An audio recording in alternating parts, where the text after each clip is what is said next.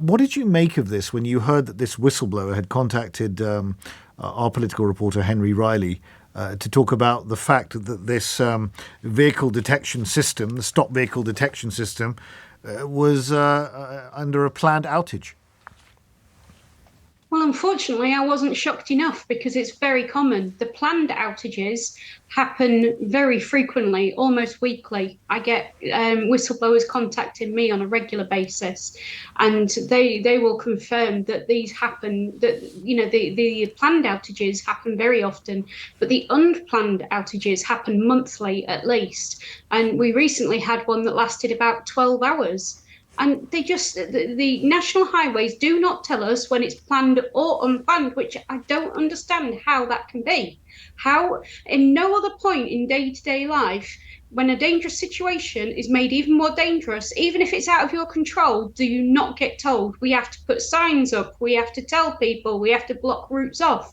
There's no other place in day to day life where when a dangerous situation is made even more dangerous, you don't tell the user. So why are we continually doing this with smart motorways?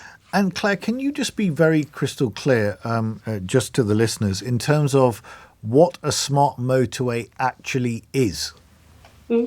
There's three different types, which surprises a lot of people because still some people haven't heard of smart motorways because they were sneaked in by the back door, so we couldn't object to what we didn't know about. But there's three types. There is controlled, which is just a normal motorway with extra technology on it. It's got sensors, it's got the gantries above it, and variable speed limits, things like that. That's fine. I have no problem with that because it's got its hard shoulder. Yeah. Then there's a dynamic smart motorway, which sometimes has a hard shoulder and sometimes doesn't. So they can turn the hard shoulder on and off, which is very confusing. And in 2019, the Chief of National Highways said that these were confusing and dangerous and shouldn't be continued. Yeah. So they've not built any more, but all the hundreds of miles that are currently in existence are still operating after the Chief in 2019 said they were confusing and dangerous. And then we've got all lane running, which never has a smart motorway. So for many of the hundreds of reasons that you might have to stop suddenly on a smart motorway, you have got nowhere to go unless you are lucky enough to break down right by an emergency refuge area.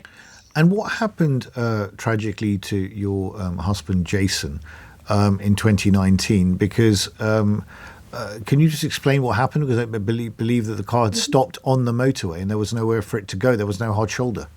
No, they had a minor bump, him and another motorist. It should have just been a bad start to a Friday. But unfortunately, there was a sign saying no hard shoulder for 4 miles that they'd literally just passed. So there was no hard shoulder. You can see on CCTV footage them travelling further along to try and find somewhere safe to stop, but they can't find anywhere. So they pull over as far as they can, but they can't pull over too far. They can't get their cars right out of the live running lane because of the crash barrier, and they themselves can't get over the crash barrier because there's a 30-foot drop onto the road below. So they were just left utterly stranded in live lanes. And lorries, 40-ton lorries doing 59 miles an hour can't maneuver as quickly as a Ford Fiesta, and a lorry ploughed into them. And even then, see, there should have been, this SVD should have picked them up when they stopped, but it didn't even pick them up when there was a van, a car, and bodies scattered across all 4 lanes of the motorway. And even then, and when I pointed this out, when I learned about what a smart motorway was, and when I asked, I got told they died between 2 loops. They died in the wrong place. So even then it didn't work, and now it doesn't work. At the junction that has been planned outage today, there was a 17-year-old girl killed there last month in a live lane at the actual junction that's been out today. So, and it didn't pick her up. So it didn't work when it was working. Yes. And today it hasn't been working. And I've come from manufacturing and industry. And if you suspect something's not working properly, you turn it off, you isolate it, you do not use it until it's been proven. And we have written in the 4 years I've been campaigning, we have paid a lot of people a lot of money to sit, think and talk about these smart motorways. And all they do is recommend. They can't, nobody can enforce anything, even a public inquiry. And we've talked about it 25, 30, 40 times now. And they, at no point do they ever turn the hard shoulder back on while they talk about it. And it's a lot more than 79 people that have died. We only just know that they're directly and very obviously linked to the lack of hard shoulder or the broken technology, but it's a lot more than 79. Now, Claire, the government, obviously, the Prime Minister actually did say earlier this year that 14 planned smart motorways would not be now introduced. And he actually said that they will be removed from the government road building plans given financial pressures and in recognition of the lack of public trust. But there are still 10%, as I understand it, Claire, of all the entire motorway network in the country that are smart motorways. Do you think now it is time to simply scrap them all?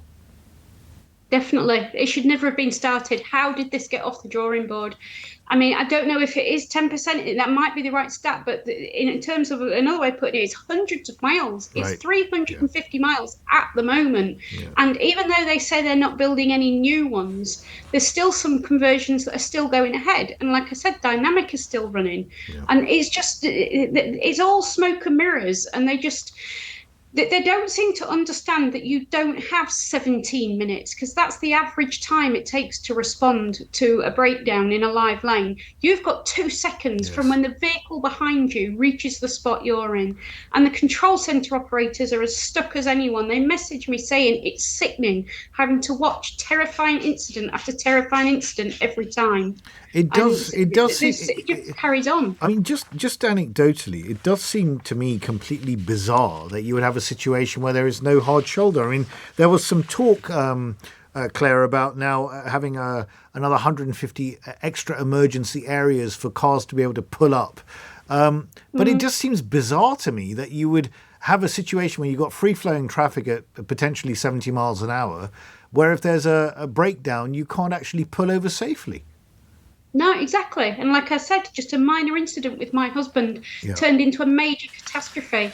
And yeah. their bodies were on the road for 8 hours. He was killed at 8:15 in the morning.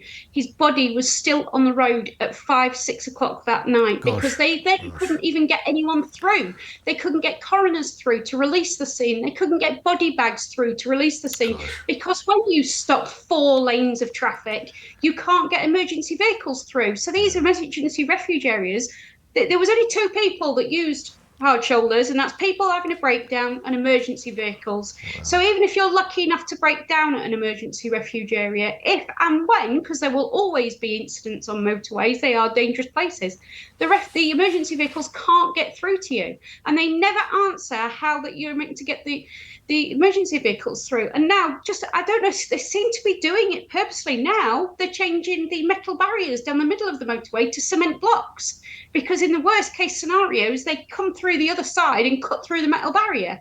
How do you cut through a 5 foot tall cement block?